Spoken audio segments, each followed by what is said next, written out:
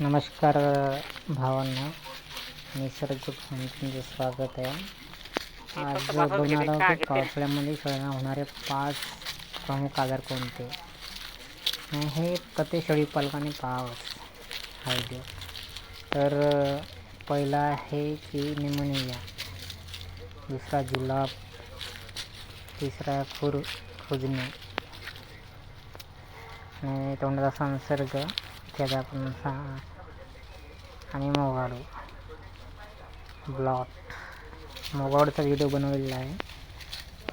तर आपण काय म्हणजे प्रतिबंधक उपाय काय केलं पाहिजे, तर याच्यावर मी पुढच्या व्हिडिओमध्ये सांगणार आहे की घरगुती उपाय सांगणार आहे.